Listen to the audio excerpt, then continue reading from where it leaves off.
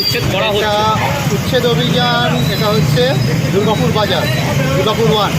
এখানে বলা হয়েছিল আমাদের যে ড্রেন থেকে ড্রেন পরিষ্কার খালি রাখার জন্য, কারণ আমাদের যে ড্রেনের ওপর থেকে প্রত্যেক কনস্ট্রাকশন করে দিয়েছে, কেউ সিঁড়ির ধাপ করে নিয়েছে, ফলে আমাদের বৃষ্টি হলে জলগুলো ড্রেনের মধ্যে যায় না।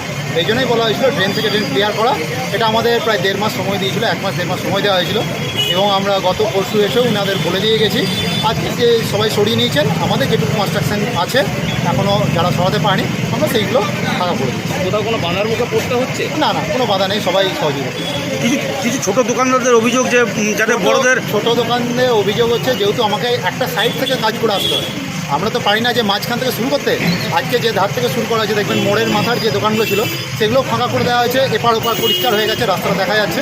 এইভাবে করতে আমাদের পুরো একদম স্টেশন পর্যন্ত, আটতলা road, station road, DNA road সবগুলোই পরিষ্কার করা হয়। ওদের অভিযোগ যারা বড় বড় দোকানদার